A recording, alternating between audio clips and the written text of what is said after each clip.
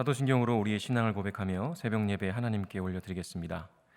전능하사 천지를 만드신 하나님 아버지를 내가 믿사오며 그 외아들 우리 주 예수 그리스도를 믿사오니 이는 성령으로 잉태하사 동정녀 마리아에게 나시고 본디오 빌라도에게 고난을 받으사 십자가에 못 박혀 죽으시고 장사한 지 사흘 만에 죽은 자 가운데서 다시 살아나시며 하늘에 오르사 전능하신 하나님 우편에 앉아 계시다가 저리로서 산자와 죽은 자를 심판으로 오시리라. 성령을 믿사오며 거룩한 공예와 성도가 서로 교통하는 것과 죄를 사하여 주시는 것과 몸이 다시 사는 것과 영원히 사는 것을 믿사옵나이다. 아멘.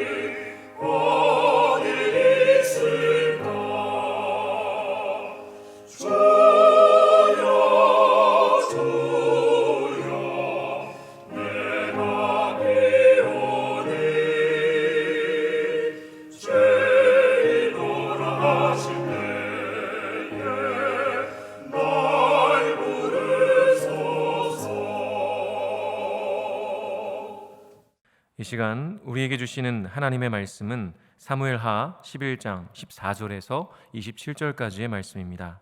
제가 봉독하겠습니다. 아침이 되매 다윗이 편지를 써서 우리아의 손에 들려 요압에게 보내니 그 편지에 써서 이르기를 너희가 우리아를 맹렬한 싸움에 앞세워두고 너희는 뒤로 물러가서 그로 맞아 죽게 하라 하였더라. 요압이 그 성을 살펴 용사들이 있는 것을 아는 그곳에 우리아를 두니 그 성 사람들이 나와서 요압과 더불어 싸울 때에 다윗의 부하 중 몇 사람이 엎드러지고 햇사람 우리아도 죽으니라. 요압이 사람을 보내 그 전쟁의 모든 일을 다윗에게 보고할세 그 전령에게 명령하여 이르되 전쟁의 모든 일을 네가 왕께 보고하기를 마친 후에 혹시 왕이 노하여 내게 말씀하시기를 너희가 어찌하여 성에 그처럼 가까이 가서 싸웠느냐 그들이 성 위에서 쏠 줄을 알지 못하였느냐 여룹베셋의 아들 아비멜렉을 쳐 죽인 자가 누구냐 여인 하나가 성에서 맷돌 윗짝을 그 위에 던짐에 그가 데베스에서 죽지 아니하였느냐 어찌하여 성에 가까이 갔더냐 하시거든 네가 말하기를 왕의 종 햇사람 우리아도 죽었나이다 하라. 전령이 가서 다윗에게 이르러 요압이 그를 보낸 모든 일을 다윗에게 아뢰어 이르되 그 사람들이 우리보다 우세하여 우리를 향하여 들로 나오므로 우리가 그들을 쳐서 성문 어귀까지 미쳤더니 활 쏘는 자들이 성 위에서 왕의 부하들을 향하여 쏘매 왕의 부하 중 몇 사람이 죽고 왕의 종 햇사람 우리야도 죽었나이다 하니 다윗이 전령에게 이르되 너는 요압에게 이같이 말하기를 이 일로 걱정하지 말라. 칼은 이 사람이나 저 사람이나 삼키느니라. 그 성을 향하여 더욱 힘써 싸워 함락시키라 하여 너는 그를 담대하게 하라 하니라. 우리아의 아내는 그 남편 우리아가 죽었음을 듣고 그의 남편을 위하여 소리내어 우니라. 그 장례를 마침에 다윗이 사람을 보내 그를 왕궁으로 데려오니 그가 그의 아내가 되어 그에게 아들을 낳으니라. 다윗이 행한 그 일이 여호와 보시기에 악하였더라. 아멘. 제가 기도하겠습니다. 거룩하신 하나님, 늘 주님의 은혜와 사랑에 감사와 찬양을 드립니다. 날마다 자고 깨는 것, 먹는 것, 입는 것, 그 어느 것 하나 주님의 은혜가 아닌 것이 없음을 고백합니다. 그럼에도 여전히 내게 없는 것을 바라보며 어리석은 원망과 불평을 하는 우리를 불쌍히 여겨 주옵소서. 오늘 이 시간 겸손하게 주님 앞에 마음의 무릎을 꿇고 엎드리오니 주님의 음성 듣고 순종하게 하여 주옵소서. 오늘도 진리의 말씀으로 우리를 가르쳐 주시는 주님께 감사드리며 예수 그리스도의 이름으로 기도합니다. 아멘. 네, 할렐루야. 오늘도 주님을 예배하는 자리에 서신 모든 분들에게 하나님의 은혜와 평강이 있으시기를 간절히 축원합니다. 오늘은 죄의 메커니즘이라는 제목으로 하나님 말씀 전하겠습니다. 우리는 지금 다윗이라는 위대한 하나님의 사람의 가장 은밀하고도 치명적인 죄의 현장을 함께 살펴보고 있습니다. 너무도 유명한 사건이라 수없이 보고 또 수없이 설교를 들었지만 사실 이 장면을 읽을 때면 언제나 다윗의 모습 속에서 저 자신의 모습을 발견하며 소스라치게 놀라우는 것을 경험합니다. 사실 다윗은 그 누구보다 하나님을 사랑했던 인물이었고요. 그 누구보다 하나님과 동행했던 사람이었습니다. 그 인생의 고통과 고난의 터널을 지나면서도 하나님의 임재 앞에 살며 범죄하지 않았던 거룩한 사람 다윗. 그 누가 있어서 다윗을 헐뜯을 수 있겠습니까? 하나님 앞에서만이 아니라 모든 백성들 앞에서도 그는 참으로 존경받을 만한 사람이었습니다. 그가 가는 곳마다 승전보가 울렸고요. 모든 세력들이 무릎을 꿇었습니다. 그뿐인가요? 음악에도 조예가 깊어서 어린 시절 사울 왕에게 악신이 역사할 때 그를 위해 악기를 연주하면 그 악신이 떠날 정도로 탁월한 음악가이기도 했습니다. 우리가 많이 애송하는 시편들도 많은 부분 다윗의 시가 들어가 있죠. 다윗은 정말 어느 하나 모자란 구석 없이 완전한 듯한 모습의 사람이었습니다. 자신을 죽이려고 혈안이 되어 있던 이 사울 왕을 2번이나 죽일 기회가 있었지만 하나님께 범죄할 수 없다면서 그냥 살려주었던 다윗. 인격으로나 능력으로나 나무랄 데가 없는 정말 멋진 사람이었습니다. 그런데 오늘 우리가 대하고 있는 이 다윗의 모습은요, 그런 다윗의 이미지를 순식간에 무너뜨릴 만한 범죄자의 모습입니다. 그것도 정말 입에 담기도 힘들 정도로 치밀하고 뻔뻔한 악인의 전형과도 같은 모습으로 말이죠. 그러면 그렇게 완벽해 보이던 다윗이 도대체 어떻게 완벽한 악인의 모습으로 변하는지 우리 말씀을 좀 살펴보도록 하겠습니다. 오늘 본문 14절과 15절에 이렇게 기록합니다. 아침이 되매 다윗이 편지를 써서 우리아의 손에 들려 요압에게 보내니 그 편지에 써서 이르기를 너희가 우리아를 맹렬한 싸움에 앞세워두고 너희는 뒤로 물러가서 그로 맞아 죽게 하라 하였더라. 네. 다윗이 우리아의 손에 들려 요압에게 보낸 이 편지는요, 결국 우리아의 살해를 지시하는 편지였습니다. 살해 지시 편지. 여러분, 이게 상상이 되십니까? 다윗이 누굽니까? 그것도 자신의 가장 충직한 부하 중에 하나인 우리아를 죽이라는 편지를 보낸다니요. 그런데 정말 사실이었습니다. 그리고 이 편지를 받은 요압은요, 놀랍게도 다윗을 말리는 것이 아니라 그냥 그 편지의 내용대로 우리아를 죽이기 위해 가장 치열한 전투 중에 그를 두어서 적의 손에 죽게 만듭니다. 그러면 우리아를 죽인 것은 누구일까요? 적군일까요? 요압일까요? 다윗일까요? 네. 모두에게 책임이 있겠지만 가장 큰 책임은 당연히 다윗에게 있는 것이죠. 자신의 권력으로 사람의 생명을 빼앗은 죄, 이것은 부인할 수 없는 극악한 죄입니다. 그런데요, 더 놀라운 것은 이렇게 우리아가 전장에서 죽은 이후에 이를 요압이 다윗에게 보고하는 장면입니다. 18절에서 21절에 이렇게 기록하는데요. 요압이 사람을 보내 그 전쟁의 모든 일을 다윗에게 보고할세 그 전령에게 명령하여 이르되 전쟁의 모든 일을 네가 왕께 보고하기를 마친 후에 혹시 왕이 노하여 너에게 말씀하기를 너희가 어찌하여 성에 그처럼 가까이 가서 싸웠느냐 그들이 성 위에서 쏠 줄을 알지 못하였느냐 여룹베셋의 아들 아비멜렉을 쳐 죽인 자가 누구냐 여인 하나가 성에서 맷돌 윗짝을 그 위에 던짐에 그가 데베스에서 죽지 아니하였느냐 어찌하여 성에 가까이 갔더냐 하시거든 네가 말하기를 왕의 종 햇사람 우리아도 죽었나이다 하라. 네, 요압도 정말 대단한 사람이었습니다. 우리아를 죽이라는 이 다윗의 편지를 받고 그것을 실행하기 위해서 결국 전투에서 많은 부하를 희생시킵니다. 그리고 그 패전의 결과를 다윗에게 보고하면서 다윗이 화를 내면 우리아도 그 전투에서 함께 죽었다고 보고하라고 말하죠. 저는 그의 말에서 소름이 돋았습니다. 왕의 명령을 따르기 위해 어쩔 수 없이 아군을 희생했으니 자신에게는 책임이 없다는 것이죠. 그렇게 말하는 요압이 참 무섭습니다. 그런데요, 그 다음에 이어지는 다윗의 반응은 더 놀랍습니다. 25절에 이렇게 기록하는데요. 다윗이 전령에게 이르되 너는 요압에게 이같이 말하기를 이 일로 걱정하지 말라. 칼은 이 사람이나 저 사람이나 삼키느니라. 그 성을 향하여 더욱 힘써 싸워 함락시키라 하여 너는 그를 담대하게 하라 하니라. 네, 자신의 병사들이 무리한 전투를 하다가 패하여 전사했다는 소식을 들었음에도 그에 대해 아무런 책임을 묻지 않습니다. 슬퍼하지도 않죠. 오히려 이 일로 걱정하지 말라. 칼은 이 사람이나 저 사람도 삼킨다. 그러니 더욱 힘써 싸워 함락시켜라 라고 격려합니다. 물론 격려는 마땅히 필요한 것이죠. 전쟁이라는 특성상 사상자가 나올 수밖에 없는 것도 맞습니다. 그러나 그 모든 것의 배후에는 자신이 있음에도, 즉 자신 때문에 이러한 일이 일어났음에도 너무나 태연하게 그럴 수도 있다. 그러니 더 힘내서 싸우라고 말하는 이 다윗이요, 정말 무섭습니다. 자신의 죄를 가리기 위해 아무런 죄도 없는 이들을 희생시키는 이 권력자의 모습에서 하나님을 경외하는 거룩한 사람 다윗의 모습은 찾아볼 수 없고요, 극악무도한 범죄자의 모습만 보이는 것이죠. 자, 이렇게 다윗이 자신의 육체의 정욕을 채우기 위해 저질렀던 이 연쇄적인 범죄 현장을 함께 살펴봤습니다. 여러분 어떠신가요?